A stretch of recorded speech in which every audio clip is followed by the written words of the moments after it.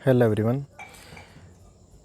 जो लेसन चल रहा था अपना वस्त्रों के समूह बनाना, वस्तुओं के समूह, मतलब कि हमने चारों तरफ जो भी वस्तुएं देखी तो उनको अलग अलग समूह के अंदर बांटा था।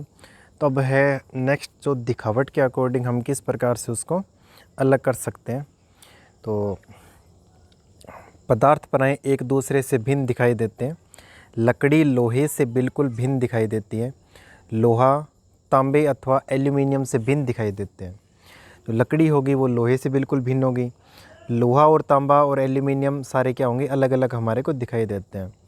परंतु फिर भी लोहे, तांबे तथा एल्यूमिनियम में कुछ समानताएं हो सकती हैं जो लकड़ी में नहीं पाई जाती। तो जो लोहा है, तांबा है और एल्यूमिनियम है, उसमें कुछ हम देख सकते हैं कि कुछ समानताएं हमारे को देखने को मिल सकती है। जैसे कि वह तीनों ही क्या हैं, कठोर अवस्था में पाए जाते हैं। लोहे को देखें, यदि तांबे को देखें तो वो भी क्या है, दोनों कठोर है। यदि लोहे को देखें वो भी उसमें क्या है, चमक उत्पन्न होती है। तांबे में देखें तो उसमें चमक उत्पन्न है। तो हम उसके अंदर कुछ इस प्रकार की कुछ समानताएं देखने को मिल सकती है।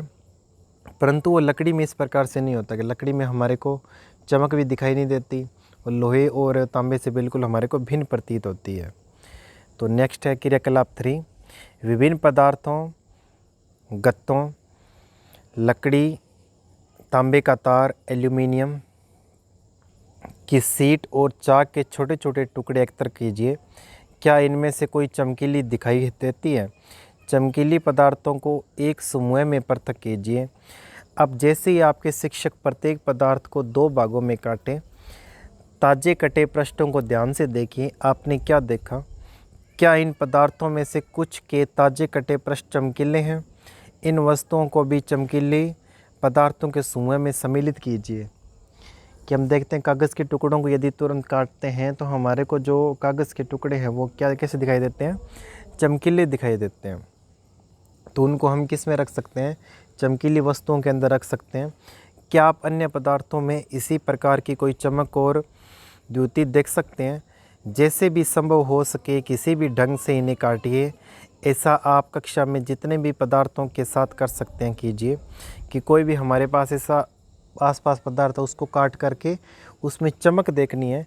क्योंकि यदि कई बार क्या होता है कि ऊपरी आवरण में चमक उसकी दिखाई नहीं देती, यदि हम उसको तुरंत काटते हैं तो हमारे को उसकी जो तुरंत नया जो पदार्थ है वैसा नज़र आता है वहाँ से, और हमारे को चमक दिखाई देती है।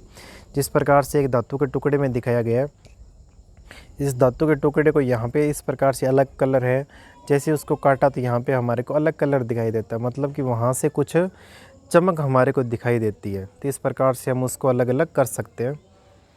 फिर नेक्स्ट है काटने के स्थान पर आपको पदार्थों के पृष्ठों को रेगमाल से रगड़कर यह देख सकते हैं कि यह द्युतिवान है या नहीं।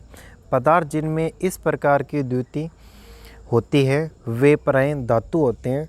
लोहा, तांबा, एल्यूमिनियम तथा सोना धातुओं के उदाहरण हैं। मतलब कि जिनमें क्या हो, चमक उत्पन्न हो, वो क्या कहलाते हैं, धातु कहलाती है। तो लोहा, तांबा, एल्यूमिनियम और सोना ये सारी क्या हैं, धातुएं हैं। कुछ धातुएं बहुधा अपनी चमक खो देती हैं।